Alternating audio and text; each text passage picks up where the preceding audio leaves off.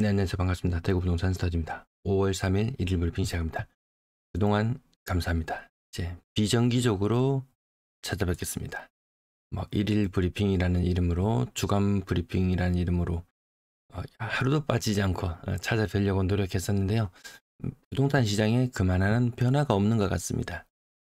네, 매일 똑같은 말들만 반복하게 되고 저도 지치고 듣는 분들도 뭐 별 내용이 없고 좀 급격한 변화가 시장에 찾아온다면 그때 다시 정기적으로 찾아뵙도록 하겠습니다.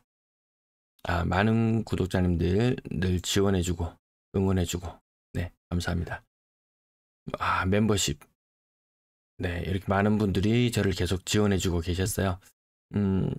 정기적으로 제가 찾아뵐 때는 이렇게 감사한 마음으로 받았는데 이제 비정기적으로 찾아뵙게 되어서 멤버십은 당분간 닫아두도록 하겠습니다. 네, 정말 감사합니다.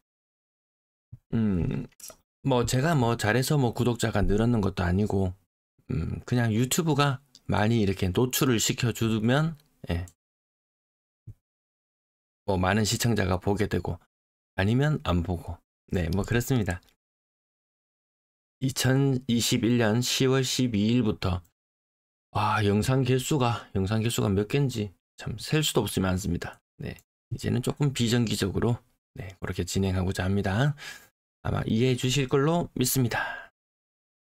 숫자에 민감한 제가 영상 조회수가 계속 이렇게 떨어지는 것 부동산 시장에 변화가 없으니까 민감하게 받아들입니다. 근데 싫어요 누르시는 분들 정말 이제 제 거 싫어요 영상 못 눌러서 섭섭해서 어떡합니까? 다른 데서 정보를 많이 구하시기 바랍니다. 이제 본 내용으로 들어갑니다. 대구 미분양 계속해서 늘고 있는 상황, 딱히 좋아질 상황이 보이지 않습니다. 중공업 미분양 3,200개 한창 많았을 때 15년 전쯤에는 이게 10,000개 수준까지 올라가기도 했었습니다. 당분간은 준공이 완료되는 대로 이런 물건들이 미분양으로 계속 전환될 것이고, 그리고 새롭게 분양하는 곳들 분양가가 굉장히 높죠. 그런 것들도 다시 미분양으로 서서히 늘어나지 않을까 싶습니다. 올해 분양, 수많은 분양 예정 물량들, 공사 진행 중인 것들도 갑자기 공사 장비가 다 철수하고 타워 크레인이 철수하고 이런 일들도 주변에서 목격하곤 합니다. 더파크 주성목 가장 최근에 이제 분양하는 곳인데요. 세대수도 그닥 많지 않은데 분양가는 놀랍습니다. 놀라워요. 올해도 생각보다 많은 분양이 이루어지지 않았던 4건, 작년에 10건 분양이 있었네요. 10건. 이런 아주 소규모도 포함해서 10건. 나머지 원룸이나 빌라나 나머지 시장들도 다 비슷하다고 보시면 될 것 같습니다.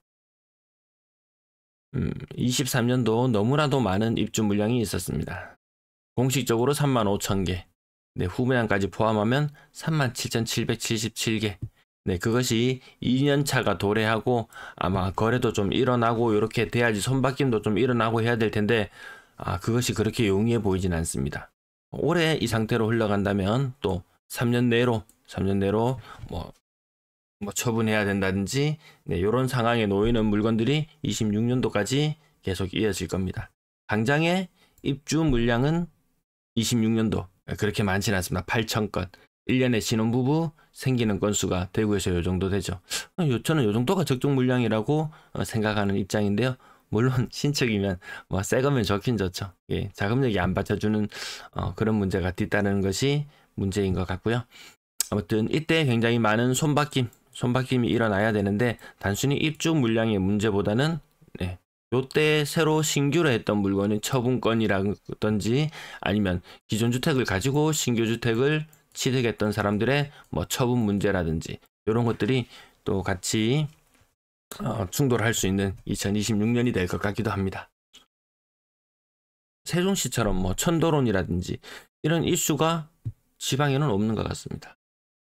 대선 이후에는 또다시 경제 살리기에 바쁠 것이고, 과거에는 경제 살리기 이야기하면 건설 쪽만 살려놔도 나머지는 자동차, 전자, 화학, 기계 뭐 등등등 뭐 건설 쪽만 살려놓으면 나머지는 그래도 재구실들은 좀 하고 있었는데 이런 것들이 좀 힘들어지는 부분들이 좀 많이 있죠. 그래서 건설만 살리기는 힘들 것이라는 입장을 여전히 가지고 있고요. 그리고 당장 2027년이 되면은 세 채 중에 한 채가 30년 차가 됩니다. 대구의 아파트. 물론 35년, 지금부터 10년이 지나고 나면 두 채 중에 한 채가 30년 차 이상이 될 것이고요. 25년과 27년은 굉장히 다르지 않습니까? 지금은 25% 정도가, 네, 25% 정도만이 30년 차 이상인데, 느낌이 상당히 다릅니다. 네 채 중에 한 채냐, 세 채 중에 한 채냐. 시간이 가면 갈수록 또 노후 아파트가 많아져서 문제 시대는 뭐 그런 사회로 또 도래할 것 같기도 하고요. 그래서 사람들은 신축에 더 열을 올리는 것 같고, 근데 신축에 열을 올리고 더 자금이 쏠리고 싶어 하지만 또 돈은 그렇게 많지 않고, 은행에서 많은 빚을 내서 집을 사지도 않고, 기껏해야 뭐 정책자금 대출 1년에 8,000장 정도 결혼하는 이런 부부들, 혹은 뭐 결혼 몇 년 차 안쪽 요 정도. 그 기존에 신나게 투자하던 그런 세대들이 이제 뭐 퇴직을 앞두는 그런 시점에 점점 다가오고, 뭐 더 이상 투자에는 그렇게 열을 올리고 있지 않는 모습. 물론 가격이 또 많이 상승한다면 떠났던 투자자가 돌아올 수도 있겠지만 현재까지는 그런 모습을 보여주지 않고 있네요. 네, 쿠팡 요 링크는 한 개 남겨둘게요. 요 링크는 한 개 남겨두고 그래도 일주일에 한 번 정도는, 저는 자료는 계속 만들 거예요. 매일 업데이트하고 만들 건데 일주일에 한 번 정도 올려드릴 수 있을래나, 요 링크 하나는 최후의 보루로 최후의 보루로 살려두도록 하겠습니다. 근래 들어서 매매 거래는 살짝 늘어나지만 또 전세 거래는 살짝 줄어들고, 전체 매매 전세 월세, 요 시장 자체는 그렇게 살아난 느낌은 들지 않죠. 뭔가 좀 무거운 느낌이 여전히 있는 것 같습니다. 이렇게 같이 막 동반 상승하고 이런 모습들을 나타내고 있진 않다. 하지만 2021년 하반기부터 시작되어서 2022년도 연말, 23년도 초반까지의 이 암울했던 이 시기, 이때 서울 거래량보다 대구 거래량이 더 많았던 그런 시기였습니다. 뭐 놀라운 시기였습니다. 물론 이때 22년도에 서울 거래량이 워낙 죽을 쓰고, 부동산 시장이 이렇게도 될 수 있나 싶을 정도도 느낌도 있었습니다. 과거의 영광을 부동산 시장에만 돈을 투입해서 살려내기는 계속 힘들 것 같다. 대구의 매도 물량 42,500개. 줄어드는 기미가 보이지 않고 살짝 끝이 올라가는 느낌 들지 않습니까? 네, 연간 계속해서 물량은 증가해 나가고 있습니다. 젊은 층이 지난 수십 년간 대구를 떠나왔던 그 세대들이 뭐 결혼하고 출산하고 집을 넓혀 나가고 계속 이렇게 해서 대구를 좀 받쳐줘야 되는데, 그 허리층보다 조금 더 아래쪽 네, 그 층들이 예전에 과거 같았으면은 뭐 발목이나 뭐 무릎 정도 되는, 무릎 정도라고 표현하면 되겠습니다. 무릎 정도 되는 이 층위에 있던 계층들이 빠져나갔을 때는 별로 표가 안 났는데, 그렇게 빠져나갔던 사람들이 이제 뭐 30대, 40대 뭐 허리층을 이루는 시기가 되다 보니까 좀 탄탄하지는 못한 것 같습니다. 전세 물량은 5,000건 아래, 이것도 계속 추적해 볼게요. 월세 물량은 6,000개. 뭐 월세 물량이 전세 물량보다 더 많았던 시절 그렇게 많지는 않거든요. 근데 이게 대구만의 현상이 아니고 다른 지역들도 월세 물량은 생각보다 안 빠지고 좀 많은 상태를 유지하고 있는 것 같습니다. 전체 임대 물량 11,000개, 매도 물량 42,000개. 좀 굉장한 괴리가 있는 상태로 계속 지속되고 있습니다. 아파트 거래량 1,300건에서 2,000건을 넘어서고 4월의 거래량도 조금 늘어나는데요. 어제 거래 건수에서 요거 공공법인에서 뭐 법인이었는지 공공기관인지 명확하진 않지만 그 북구 쪽에 있는 소형 평형 한 12평 되는 곳, 아마 그런 건들의 거래, 아마 법인 관련 건, 공공기관 건이 아니었나 싶기도 하고, 71%, 지금 71%, 휴일을 다 보내고 돌아오면 거래가 82%, 지금 2,200건 조금 많아 보이긴 하지만 또 요 82%, 요때 또 거래량이 또 그렇게 많지 않거든요. 이것이 반영되면은 아마 4월달 3월의 거래량과 4월의 거래량은 비슷한 상태로 마무리될 것 같습니다. 뭐 5월 6월 가면서 딱히 많아질 것 같지는 않아요. 당장 6월 초반이 이제 대선이기 때문에 대선의 기대감, 그 위에 정책적으로 어떤 것이 나올지는 모르겠지만 지금 아무튼 부동산에 대해서는 이야기가 별로 나오고 있지 않습니다. 건당 거래대금 3억 4천, 평당 1,000만 원. 참 알아보기 좋습니다. 부산은 4억. 뭐 다른 광역시들도 뭐 그 도시의 경제 수준이나 이런 것들과 비슷하게 이 건당 거래대금 평균 이 상위 30% 거래 금액입니다. 이렇게 나타나고 있습니다. 아마 중위 쪽으로 내려온다면 이 금액은 뭐 2억 5천, 2억 5천 요 정도 수준 될 것 같습니다.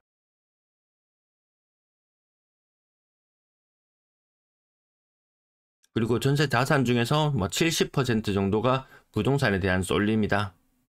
뭐 그리고 여기에 뭐 나머지 현금성 자산도 있을 것이고, 그리고 뭐 부동산 대출도 있을 것이고, 이 2억 5천짜리 집마저 온전히 현금으로 다 했는 층도 그렇게 많지는 않은 것 같습니다. 자, 거래량 여기 뉴 노멀, 제가 계속 말씀드리던 이게 새로운 모습. 요 상태가 지속되고 있네요. 많으면 2,000건, 적으면 뭐 1,500건. 여기에서 박스권에 계속 갇힌 움직임을 보여주고 있습니다. 3억 미만 비중 50% 정도. 6억 이상 거래 지금 몇 퍼센트 정도 되었나요? 요거 퍼센트 비율로 계속 계산하면서 그렇게 말해야 되는데 지금 70%. 대략 한 75% 정도 됐다고 보면은 4월 달에 6억 이상 거래도 생각보다 그렇게 많지는 않네요. 맞죠? 네. 3월 달은 좀 확 늘어났지만 4월 달은 꺾인다. 서울의 분위기가 이렇게 꺾여가니까 고가 아파트도 거기에 같이 연동해서 움직이는 경향이 있더라고요.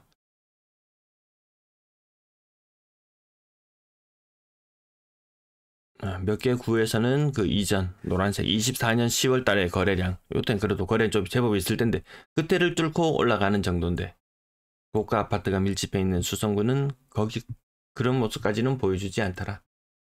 실거래 가격 월드마크 웨스트엔드 39평 6억 9천.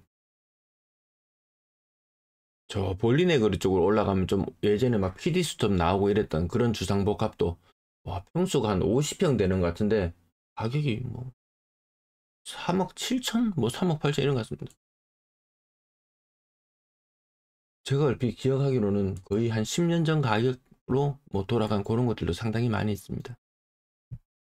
정말 꿈을 꾸고 일어났나? 가격이 3억 하던 거 가격이 6억까지 치솟았다가 다시 3억대로 떨어져 버린, 네.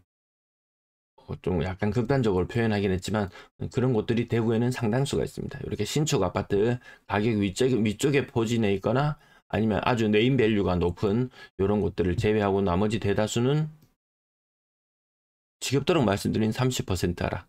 월배 2차 아이파크 요 근래 가격이 조금 많이 쳐샀을 때는 뭐 5억 2천, 뭐 한 5억 6천 7천까지도 가격을 봤던 것 같은데요. 23층이 다시 5억을 아래로 내려왔습니다. 영남 학교의 이전은 날이 갈수록 점점 힘들어 보이는 뭐 그런 모습이죠. 그 땅을 부지를 사서 어떻게 할 수 있는 업체가 없더라. 왜 지금 이미 부지 사놓은 업체들도 진행을 못 하는데, 뭐 시간이 지나면 지날수록 학원들도 많이 뭐 넘어 다른 쪽으로 가고, 뭐 상가들도 많이 다른 곳들을 차지하고 뭐 그렇습니다. 한 개 삐죽 치솟아 올랐다고 뭐 그렇게 특별한 일이 아니더라. 다시금 오르락 내리락 하는 모습 계속 보여주고 있습니다.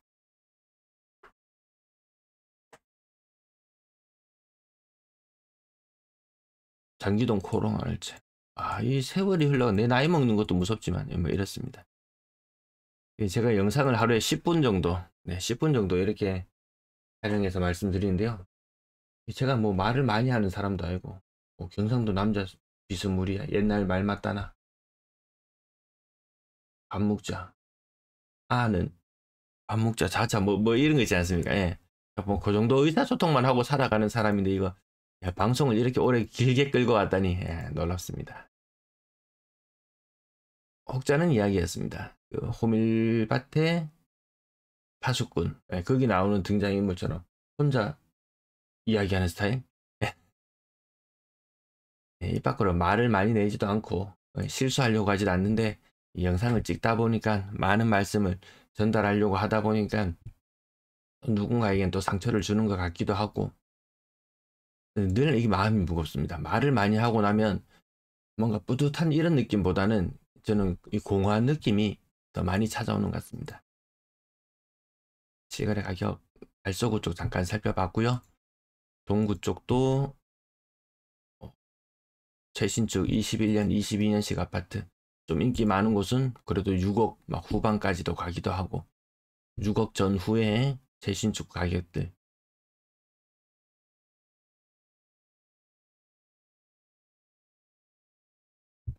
반도 유보라 4억 9백 요것도 차트 잠깐 보시면 이렇게 거의 뭐 4억 초반까지 3억 7천 여기까지 찍었던 것이 쭉 반등해서 4억 중반 막 4억 중후반까지 갔다가 다시 막 4억 초반 이렇게 좀 내려오는 게 요런 차트가 지금 전형적인 시장을 지배하는 그런 차트가 아닌가 싶습니다.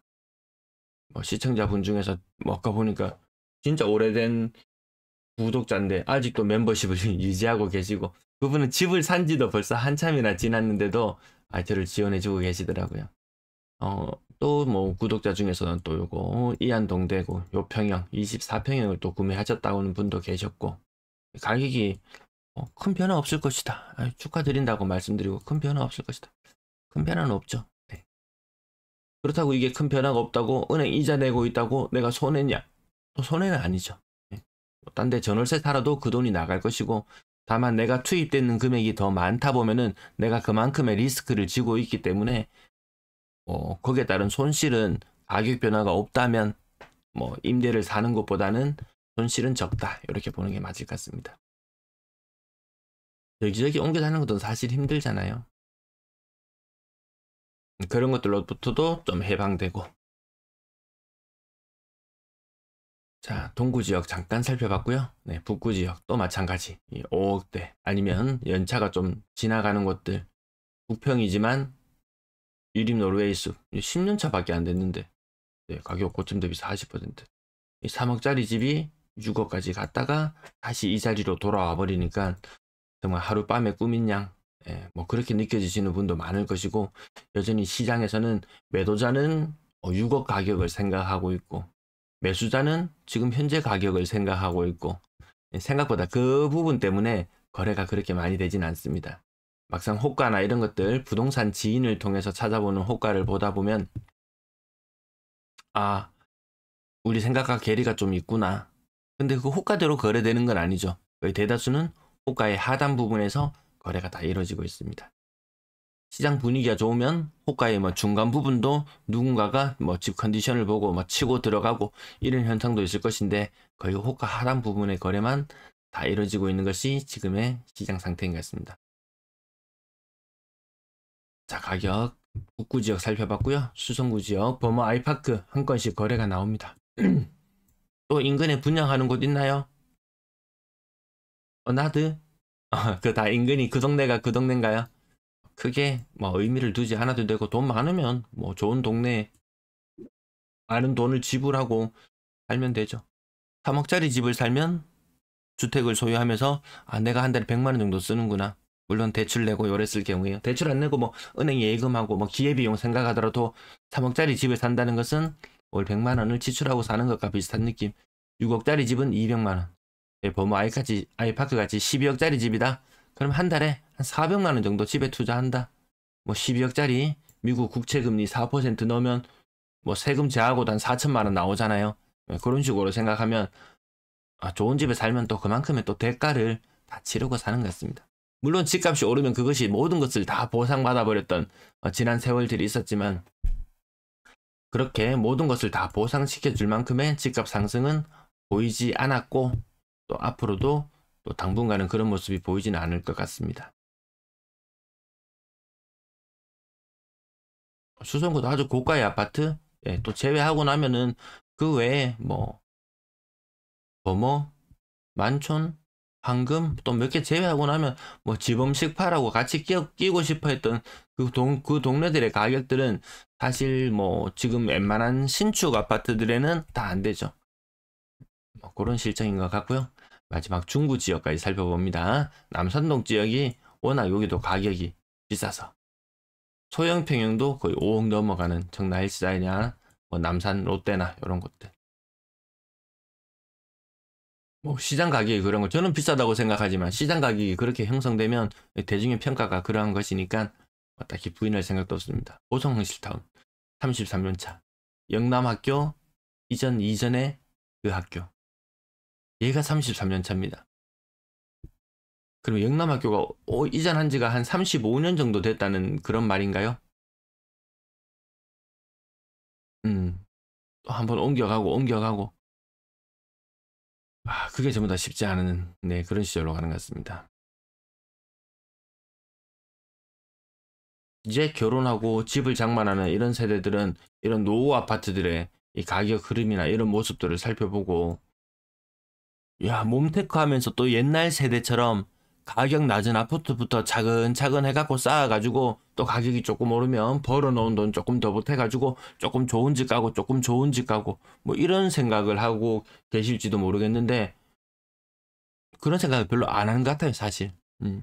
그렇다면 이런 좀 저가의 아파트부터 거래가 차곡차곡 이루어져야 되는데 오히려 고가의 아파트를 더 선호하고 있으니까요. 자, 과거 같았으면 아까 말씀드렸다시피 이 집도 조금 오르고 이런 식이었는데 이런 가격들이 계속 맥을 못 추니까 여기에 한번 발을 담궈버리면 더 이상 빠져나가기 힘든 그런 상태로 될 수도 있습니다. 자, 요 정도 실거래 요 정도까지 살펴보고요. 아파트 투미나 돈보 이용해 주시면 되겠습니다. 분양권 거래량 특이한 부분들이 없습니다. 뭐 하나 뭐 150건 150건 월별 150건 전후의 흐름. 아까 말씀드렸듯이 매매 거래가 조금 늘어나면 전세 거래가 줄어들어 버린다. 그리고 전체 거래량은 조금 내리막을 타는 느낌이다. 특히 전세 거래가 일별 전세 거래 건수가 하루에 한 30건씩 신고되고 이런 날들이 근래 들어서 좀 많이 있는 것 같습니다.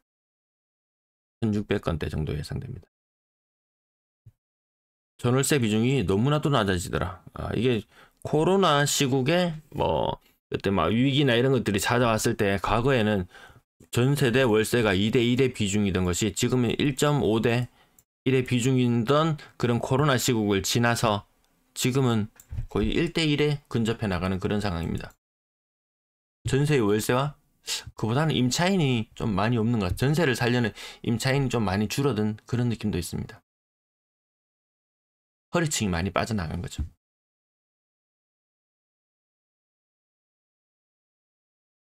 자, 오늘 조금 내용을 정리하다 보니까 영상이 조금 길어졌네요.